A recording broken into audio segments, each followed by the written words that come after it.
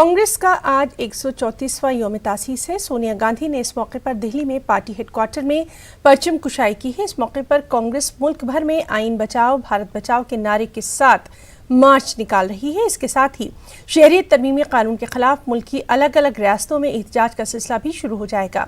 तमाम रियासतों में कांग्रेस के लीडर ये मार्च निकालेंगे। शहरियत कानून, NRC और NP ताल्लुक से मरकजी हुकूमत की गलत पॉलिसियों को उजागर करेंगे।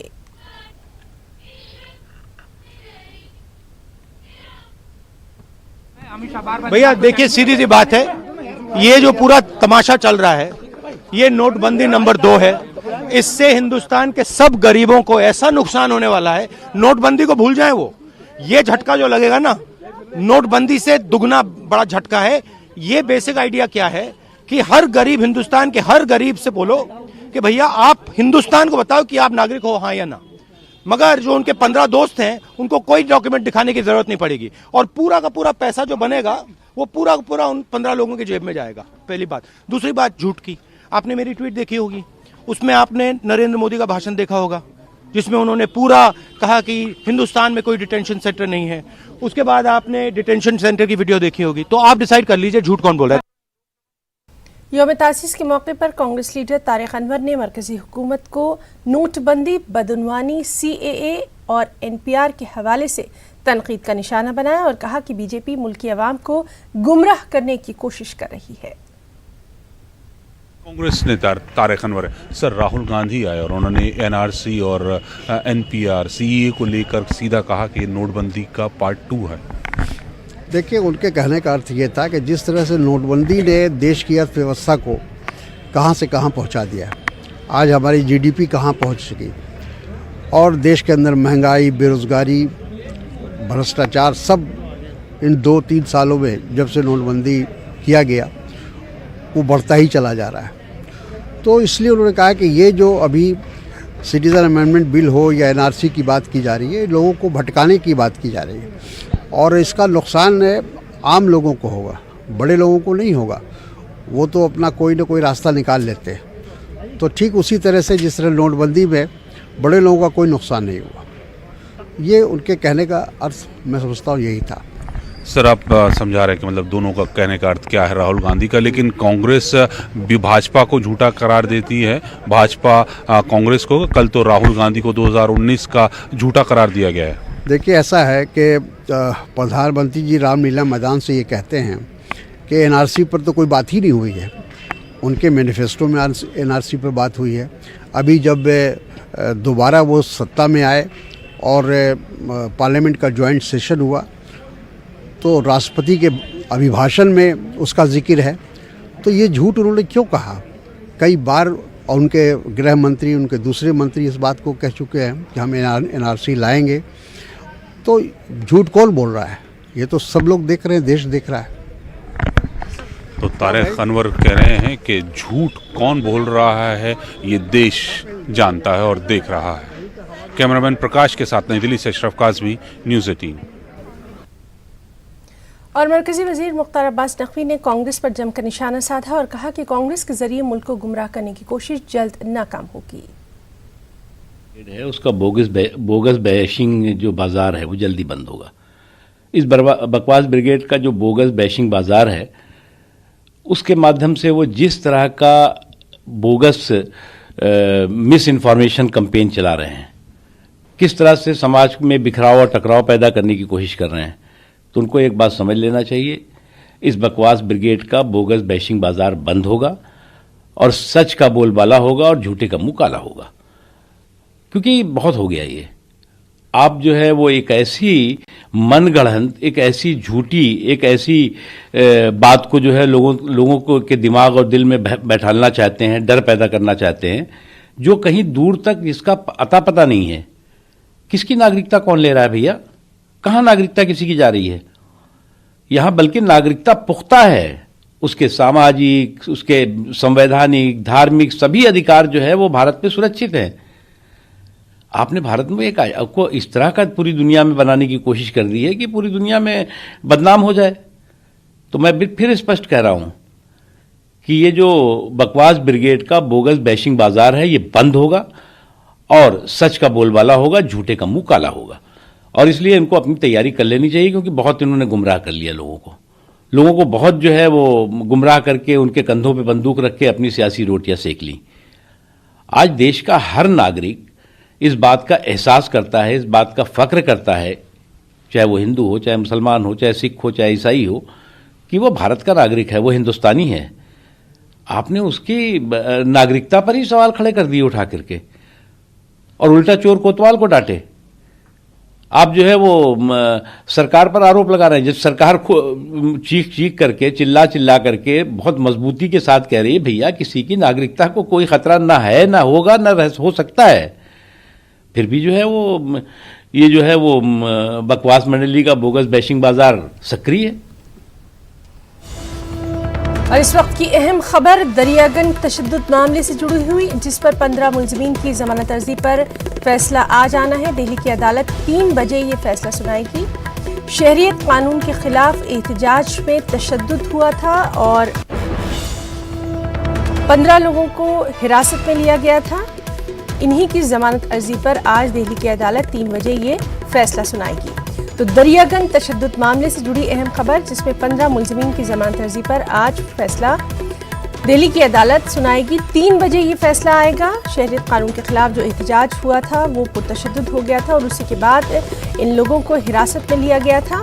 इन लोगों ने अपनी जमानत की अर्जी जो है वो दाखिल की थी और अब 3 बजे दिल्ली की अदालत ये अहम फैसला सुनाएगी। कांग्रेस की यौम तासीस के मौके पर मुंबई के अगस्त क्रांति मैदान से फ्लैग मार्च निकाला गया। इस मार्च में कांग्रेस के तमाम रियासती लीडर शामिल हैं। साबिक वज़ीर दाखिला और महाराष्ट्र के साबिक वज़ीर आला सुशील कुमार शिंदे ने इस मौके पर बीजेपी पर निशाना साधा और कहा कि बीजेपी के दौर में मुल्क की माशी हालत खराब हुई है। शहरियत कानून एनआरसी के सवाल पर न्यूज़ 18 नुमाइंदे वसीम अंसारी से उन्होंने खास बातचीत की। कांग्रेस का फ्लैग मार्च मुंबई में निकाला जा रहा है। इस वक्त हमारे साथ बात करने के लिए सुशील कुमार शिंदे जी हैं और उनसे बात करते हैं। सर, आज फ्लैग मार्च निकाला जा रहा है कांग्रेस की स्थापना दिवस। फ्लैग मार्च इसलिए है कि आज हमारा वर्धापन दिन है। 135 साल हो गए हमारे कांग्रेस को, और जिस तेजपाल हॉल में यहाँ वर्किंग कमेटी की बैठक हो गई थी और कांग्रेस की स्थापना हो गई थी, तो उसी एक क्षेत्र है जहाँ क्रांति मैदान बोलते हैं, वहाँ से आज ये हमारा फ्लैग मार्च निकला है।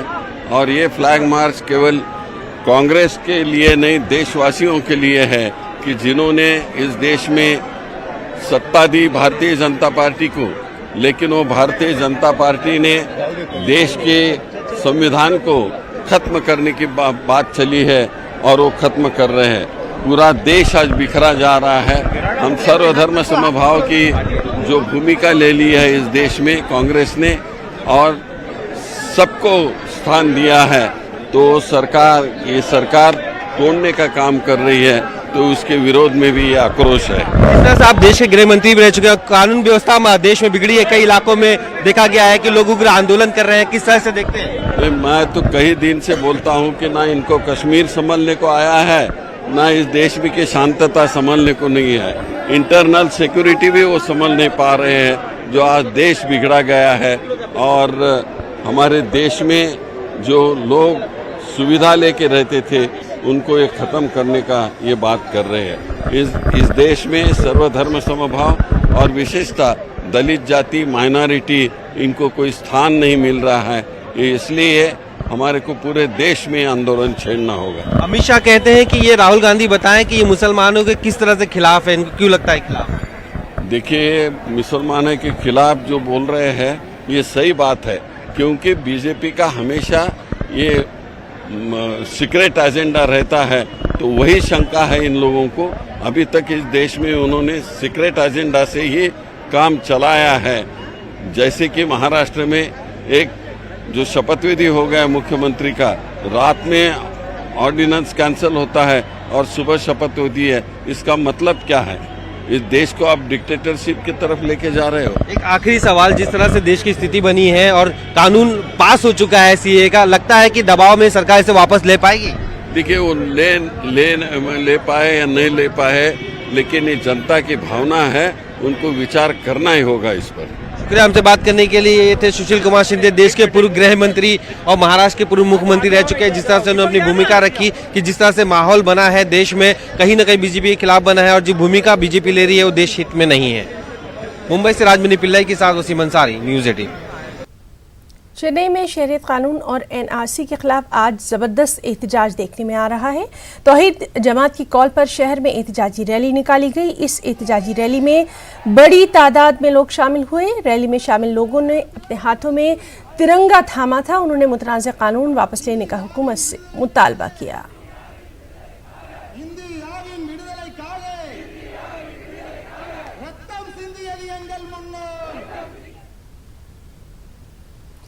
टीएमसी लीडरों का एक वफ्द बेंगलुरु पहुंचा है। महलूक मुस्लिम नौजवान के अफराद खाना से इस वफ्द ने मुलाकात की। उन्हें पार्टी की तरफ से 5 लाख रुपए का चेक भी सौंपा।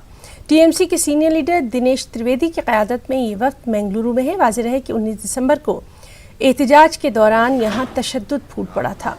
पुलिस ने मुजाहिरीन पर गोली चला दी थी। इसी के नतीजे में 2 मुस्लिम नौजवानों की मौत हो गई थी।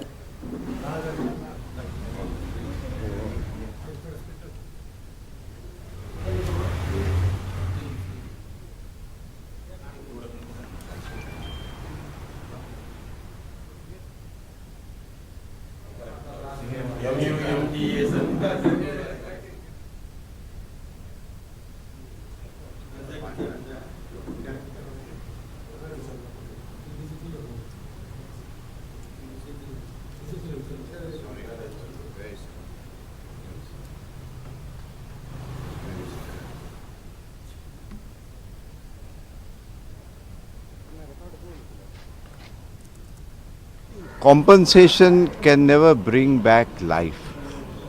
Compensation is not good enough. But at the end of the day, I was talking to the family and the mother said only one thing, that we need insaf. We need justice. Let there be a proper, absolutely a neutral, unbiased inquiry and let us know what has happened. How can so many people get killed through police action? Like I said, we want justice, the family wants justice. Mamata Banerjee has just given a very token compensation which in terms of life means nothing. This is just to show that we are with the bereaved family. There is yet another youth who has lost his life. Majlis-e-Ittehadul मुस्लिमीन के सदर असदुद्दीन ओवैसी ने कहा है कि मरकजी वज़ीर दाखिला अमित शाह की बात सही नहीं है। उन्होंने कहा कि एनपीआर और एनआरसी एक ही सिक्के के 2 पहलू हैं। असदुद्दीन ओवैसी के मुताबिक एनपीआर और एनआरसी के ज़ाब्ते यकसा हैं। तेलंगाना के निज़ामाबाद में जलसे से खिताब करते हुए असदुद्दीन ओवैसी ने ये बातें कही। उन्होंने ये भी कहा कि ये लड़ाई मुसलमानों, हिंदुओं, दलितों, आदिवासियों की नहीं है। उन्होंने मुल्क को फासिस्ट ताकतों से महफूज रखने पर यहाँ जोर दिया। आसाम में एनआरसी हुआ और आसाम के एनआरसी में 19 लाख लोग के नाम नहीं आए, जिसमें से 5 लाख के करीब मुसलमान हैं, बाकी गैर मुस्लिम हैं। अब आप देखिए कितनी नाइंसाफी की बात है कि जिसका नाम मुसलमान है उसको आसाम में सिटीजनशिप नहीं मिलेगी। ये मैं नहीं कह रहा हूं, ये कौन कह रहा है? हेमंत बिस्वा शर्मा, जो बीजेपी का आसाम का फाइनेंस मिनिस्टर है, वो तमाम नॉर्थ ईस्ट स्टेट्स का चेयरमैन है। वो कहता है कि सिटीजन अमेंडमेंट कानून के तहत हम आसाम के वो 5,40,000 जो बंगाली हिंदू भाई हैं उनको सिटीजनशिप दे देंगे और उनके खिलाफ जो मुकदमा चलेगा, जो फॉरेनर्स ट्राइब्यूनल में चलेगा, वो बंद हो जाएगा। हम नरेंद्र मोदी से मेरा एक ही सवाल है, बताओ मोदी जी, क्या ये आप सबका साथ, सबका विकास की आप बात करते हैं? आसाम के जो गैर मुस्लिम हैं उनको आपकी हुकूमत सिटीजनशिप देगी और वो 5 लाख मुसलमान जिनका भी नाम नहीं आया, उनको सिटीजनशिप में क्यों नहीं मिलेगी? वो भी तो इंसान है, वो भी तो इस भारत की सरजमीन पर पैदा हुए। मगर नरेंद्र मोदी सिर्फ जबान से सबका साथ, सबका विकास की बातें करते हैं। एएमयू के 10,000 नामालूम तलबा के खिलाफ केस दर्ज किए गए हैं। ये केस शहरियत कानून के खिलाफ एहतजाज करने की पादाश में दर्ज किए गए। 15 दिसंबर को एएमयू तलबा ने एहतजाज किया था और उसी रात पुलिस ने कैंपस में घुसकर तलबा पर जुल्म ढाया था।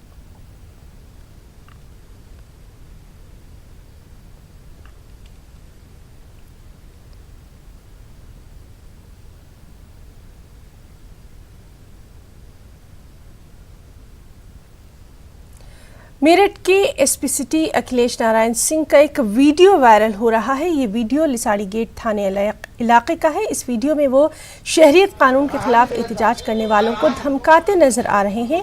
एसपी सिटी पर मकामी लोगों का इल्जाम है कि उन्होंने लोगों को पाकिस्तान भेजने की धमकी दी।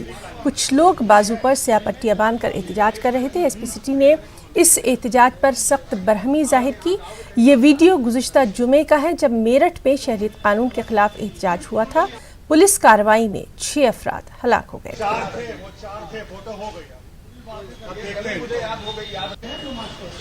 वो तो ठीक है, जो काली पट्टी है, पीली पट्टी बांध रहे हो। हाँ, नहीं गलत बात है, वो बता रहा हूँ। लोग तो पाकिस्तान चले जाए।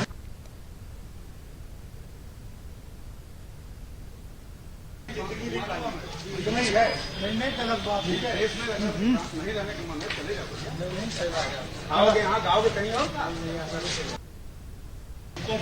गलत बात है। फोटो ले लिया। 4 थे, फोटो हो गई। पूरी बात देखते हैं, मुझे याद हो गई। मुजफ्फरनगर के मुस्लिम अक्सरियती आबादी वाले इलाके पुलिस की बर्बरियत की दास्तान साफ बयान कर रहे हैं। शहरियत तरमीमी कानून और एनआरसी के खिलाफ हुए एहतजाज के बाद पुलिस ने यहाँ जो कहर ढाया वो आज भी सोचकर इलाके के लोगों की रूह तक कांप जाती है। यहाँ कई ऐसे मुस्लिम खानदान हैं जो कि पुलिस पर उनके घरों में तोड़फोड़ और लूट मारपीट का इल्जाम लगा रहे हैं। खास रिपोर्ट। हाजी हामिद हसन के रूम के दीवार पर टंगी घड़ी पर 11 बजने में 3 मिनट बाकी है और वो रुक गई है। 72 साला इस शख्स ने कहा, ये हुआ जब वो आए। उत्तर प्रदेश के मुजफ्फरनगर में जब एहतजाज पुरतशद्दुद हो गया तो पुलिस ने मुस्लिम अक्सरियती आबादी वाले सरवट और खालाबाड़ में धरपकड़ शुरू कर दी। हसन का घर भी उन लोगों के घरों में से एक है जिस पर पुलिस ने एक्शन लिया। उन्होंने अपनी जिंदगी भर की बचाई हुई पूंजी को अपनी पोती की शादी के तोहफे में खर्च कर दिया, जिसकी शादी फरवरी में होना है। लेकिन जो घर शादी की खुशियों में डूबा हुआ था, अब वहाँ सब खत्म हो गया। सब कुछ यहाँ से तहत में बिल्कुल सारा खत्म कर दिया, आपके सामने ऊपर सारा खत्म कर दिया। जो बच्चियों का जेवर बनवा रखा था वो ले गए, और जी जो पैसे धरे थे मैं उसके लिए, खाने दाने के लिए, बारात के लिए, बारात आओगी, वो सब पैसा ले गए। भाई मेरे पास तो कुछ खाने को ना दाने को कुछ नहीं रहा। मैं बच्चे को ले कहाँ के लिए भेजूं? मैं कहाँ से रुखसती करूं? मोदी जी हम उजाड़ दिए। मोदी जी मेरी बेटी का, मेरी पोती का सिर पाट रखा है यहाँ से। वो बहुत सीरियस हुआ, किसी ने डॉक्टरी भी नहीं करी। अस्पताल में लेकर गए थे, पुलिस की रिपोर्ट लाओ, वहां भी नहीं करी। भाई मेरा कुछ नहीं छोड़ा, मेरा सब कुछ ले गए।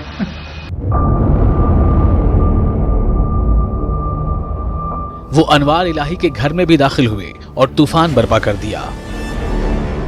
जूतों के होलसेल कारोबारी इलाही इलाके के इज्जतदार लोगों में से हैं, जो समाज में एक पिलर का काम करते हैं। आज उनका मकान जो 4थी मंजिल पर है, कांच के टुकड़ों से भरा हुआ है। इस खानदान के मुताबिक जेवर और रुपए भी पुलिस ले गई। भी ले गए, बताइए कब कैसे क्या होगा। इलाही को भी पुलिस उठाकर ले गई और 2 दिनों तक हिरासत में रखा। फ्रिज रखा था लड़की को देने का, शादी का, उसे धक्का दिया है और ऊपर आके टेबल पड़ी थी सामने, कांच की, उस पर यूं चोट मारी, बैत थी या गन थी, उससे वो चूरा हो गई। हमारे तो खाना भी दूसरे लोग ला रहे हैं, हमारे तो खाना भी नहीं बन रहा। इलाही की पोती हुमैरा परवीन ने पुलिस के जुल्म सितम की वीडियो रिकॉर्ड की है। हम कहाँ से करेंगे बताओ। जब मैंने कहा साहब ये क्या कर रहे हो, हमारा सामान क्यों तोड़ रहे हो, तो ये कहा एकदम धमकी दे के बोले कि तुम मत बोलो, चुप रहो, जो तुम्हारा सामान है वो हमने तोड़ दिया और बाकी का जो घर है ये हमारा है, हम रहेंगे, निकल जाओ यहाँ से। उसके बाद मैं चुप हो गई। फिर एक उनमें से बोला कि टाइल्स और पत्थर मत तोड़ो, अब हम रहेंगे यहाँ, हमारा है ये मकान, निकलो। धमकी देकर गए हमें और हमारा सारा सामान तोड़ फोड़ करके और जेवरात ले गए, 20 तोले सोना और 3.5 लाख रुपए, 3.25 लाख रुपए ले गए। मीनाक्षी नगर चौराहा मुजफ्फरनगर के मुसलमानों का तिजारती मरकज माना जाता है। जब से उन्होंने एहतजाज किया, 67 दुकानों को सील कर दिया गया। मकामी मुसलमान इस कार्रवाई को उनके रोजगार पर हमला तस्वुर कर रहे हैं।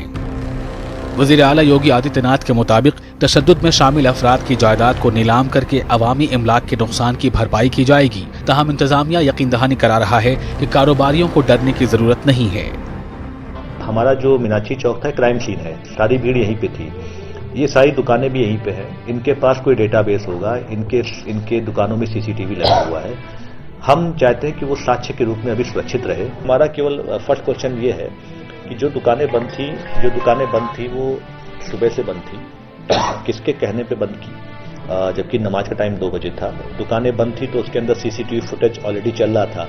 तो हम ये चाहते हैं कि जितनी भी वहाँ पे दुकानें आसपास की हैं वहाँ सीसीटीवी फुटेज का हमको डीवीआर मिले, ताकि हम इससे थोड़ा सा अपनी जो हमारी कार्रवाई है उसको हम थोड़ा सा और तेजी कर सकें। लेकिन कारोबारियों के मुताबिक ऐसी भी दुकानों को सील किया गया है जिनमें सीसीटीवी कैमरे नहीं लगे हैं। लगभग 58 दुकानों पे सीसीटीवी नहीं है, अब मुश्किल से 5 या 7 दुकानों में होंगे सीसीटीवी। उन दुकानों पर सील है और 3-4 दिन हो गए अब तक किसी ने सील, ना तो कोई देखने के लिए आया है, ना कोई फुटेज निकलवाने के लिए आया है। बस दुकानें बंद पड़ी है और दुकानदार अपनी दुकान पर जाने से मजबूर है और परेशान है। Over the last 2 years, Western Uttar Pradesh has gained a reputation for being a riot-torn region. The scars of the 2013 Muzaffarnagar riots had barely begun to heal when the Citizenship Amendment Act was passed by Parliament and this city found itself on tenterhooks yet again. Violence was reported during the protests when the people of Muzaffarnagar, like people across the entire country, took to the streets to protest against this law. Amidst the allegations of police brutality that followed, there is a massive trust deficit between the people of the city and the police. Muzaffarnagar has been tense following the police crackdown. While some officials have tried to reach out to the local community and calm tempers, the scars will take a long time to heal. With video journalist N.M. Ansari, this is Uday Singh Rana reporting for CNN News 18.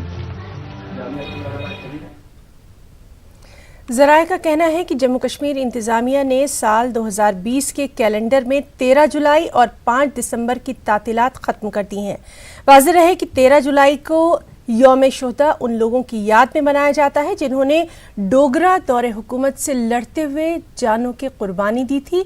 5 दिसंबर को National Conference leader Sheikh Abdullah का यौम पैदाइश है। इस नए calendar में 26 अक्टूबर को भी तातील का ऐलान किया गया है। 26 अक्टूबर यौम इल्हाक के तौर पर मनाया जाता है। 26 अक्टूबर 1947 को ये इल्हाक महाराजा हरी सिंह और हुकूमत हिंद के दरमियान हुआ था। ज़राए के मुताबिक यूनियन टेरिटरी जम्मू कश्मीर में आइंदा साल से 27 अवामी तातीलात होंगी। साबिक़ा कैलेंडर में तातीलात की तादाद 28 थी।